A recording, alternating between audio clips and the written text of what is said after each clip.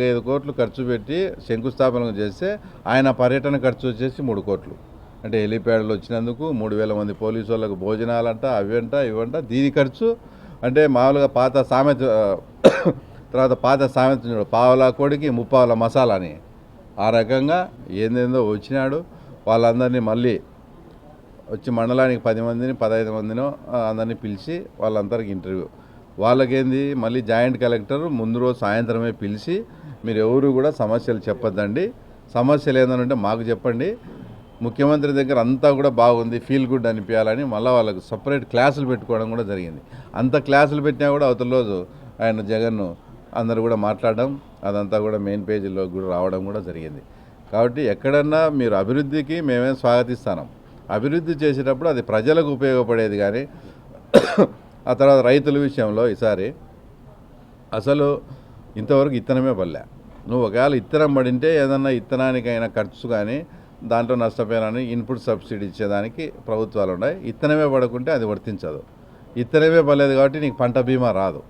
కాబట్టి ఇప్పుడు ఏ రకంగా నువ్వు రైతులను ఆదుకుంటావో అది వచ్చి చెప్పాలి. కానీ పులివెందులకు వచ్చి ఏమీ అసలు ఇప్పుడు నిజంగానే మేము ఆ తర్వాత రైతుల గురించి మీ ద్వారా అడుగుతానా, ఈసారి రబీలో ఎక్కడ కూడా ఇత్తనమే పడలేదు. ఇత్తనం పడిన దానికి ఇన్పుట్ సబ్సిడీ వర్తించదు, పంటల బీమా వర్తించదు.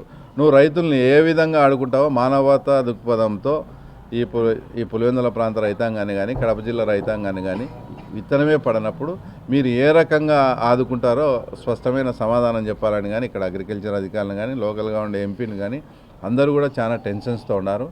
తప్పకుండా దీని మీద కూడా వాళ్ళు ఏదో ఒకటి సమాధానం చెప్పాలి. తర్వాత ఇప్పుడు మార్చుకోవడము ఎమ్మెల్యేలను అటు ఇటు మార్చడము, కిందిది పైకి కిందికి పక్కంది ఈ పక్కకు చేసుకుంటున్నాడు. అది మీ పార్టీ అంతర్గత విషయం, మేము పట్టించుకోము.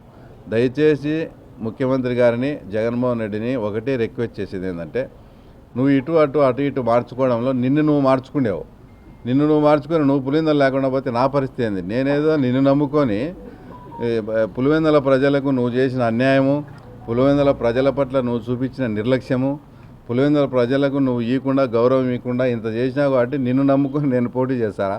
నువ్వు అటు ఇటు మార్చి పులివెందుల కాకుండా పోతే నా పరిస్థితి ఏంది? కాబట్టి ముఖ్యమంత్రిని ఆయన నీ సీటునన్నా నువ్వు మార్చుకోకుండా ఉండు అని జగన్ రిక్వెస్ట్ చేస్తానా.